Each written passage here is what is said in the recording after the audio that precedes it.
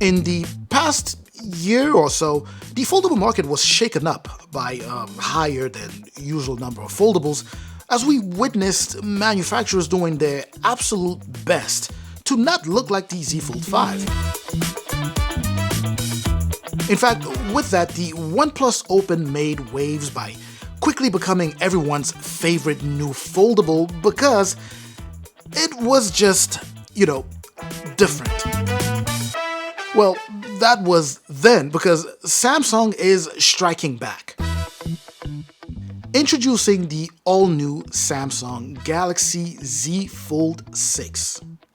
Will this iteration of the Fold series bring about some level of relevance in an attempt to reclaim its throne as the king of foldables? Or is it simply too late for Samsung?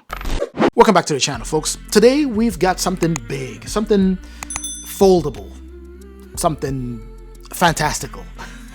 This guy. You see, Samsung strikes back not by acquiescing to other manufacturers' promotion of a shorter, fatter, and wider form factor, but instead by unapologetically sticking to its guns and again releasing a new iteration of its very well established, Z Fold series, following the very same and familiar slim and tall form factor. And yes, it's more powerful. Yes, it's, lighter. Yes, it still has the S Pen support, but still, is all of this too late? The simple answer is no. In fact, the new Z Fold is not reclaiming a lost throne. Instead, it's solidifying its reign as the undisputed king of foldables. Now, the Z Fold 6 isn't perfect.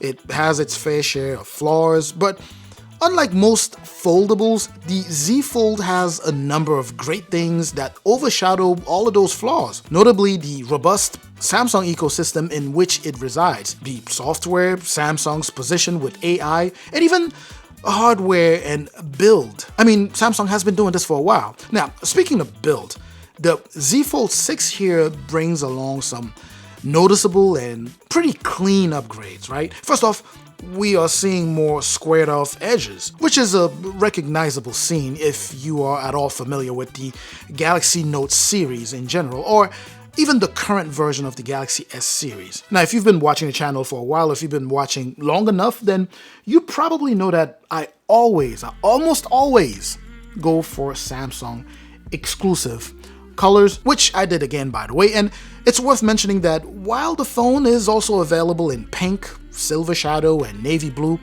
those variants are boasting more of a matte frame finish, and frankly, I would have preferred to have the same on my Samsung exclusive crafted black here. Nevertheless, there is something to be said about this semi-glossy, textured finish here. It feels good in hands. That's what she said.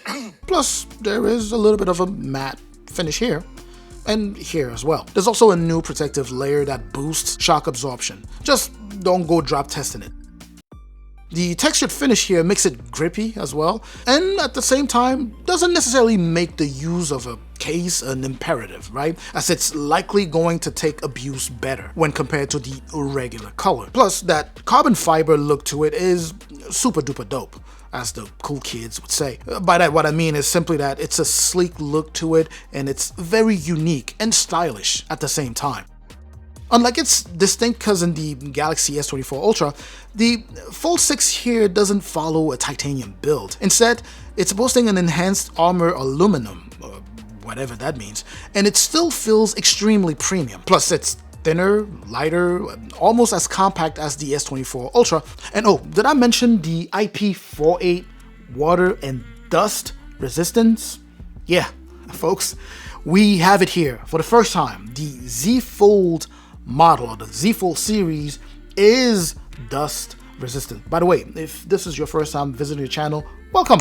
Of course, please do me a favor, hit both the like and the subscribe button there. I truly appreciate that. Anyways, at this point of the video, you may be wondering about displays. Well, simply put, they are stunning. Samsung's using its dynamic LTPO AMOLED 2X display on both the inner and the outer displays. Nothing like rewatching or binge watching Infinity War, my personal favorite superhero movie, on this foldable and beautiful 7.6-inch display.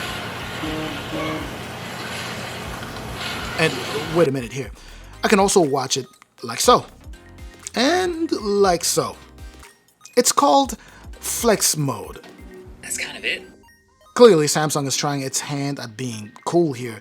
That main screen has an adaptive refresh rate that bounces between 1 all the way up to 120 Hz, meaning you will enjoy an ultra smooth experience here when gaming, scrolling, and as I mentioned already, watching movies. It certainly has been the case for me. The Fold 6 here is pushing a whopping 2600 nits of brightness, meaning the occasional squinting while under direct sunlight is no longer needed. Although the crease is still there.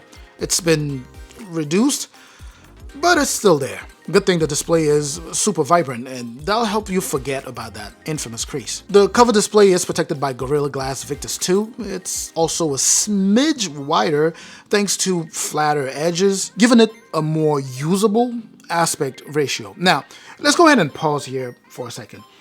You know, forking a whopping $1,900 for a phone like this one is really not for the faint of heart. But to be fair, Samsung did actually soften that blow at launch, and I believe they still have some pretty crazy deals.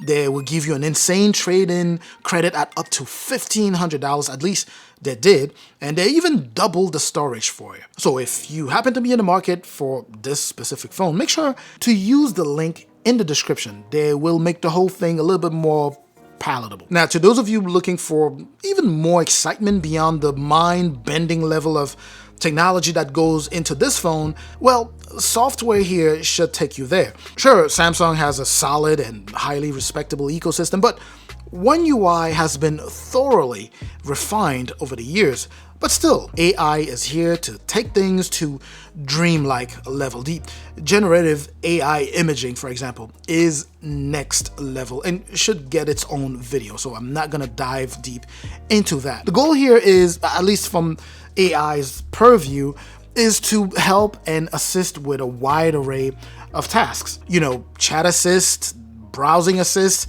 note assist, transcript assist have all seen improvements. There's even a photo assist where you get to sketch to image or edit drawings or photos in a wide variety of ways. And here's another assist, and I promise this is the last one that I'm gonna mention: call assist. It now works with third-party apps like WhatsApp, and interpreter mode now supports more languages. And speaking of taking notes here, the S Pen support continues.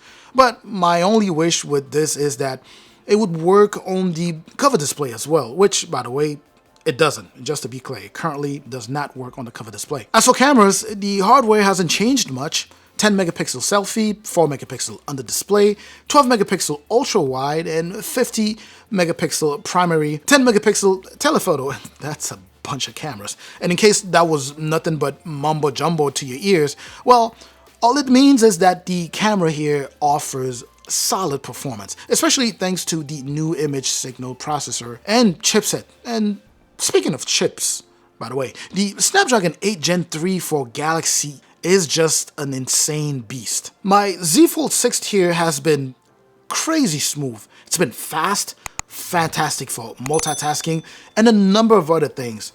As far as battery goes, on the other hand, it could see some improvement. Sure, it's slightly better than it was last year, at least with the last iteration, but there's room for improvement. It's actually smaller than that of the S24 Ultra, and that's just a downer. Charging speed haven't improved either.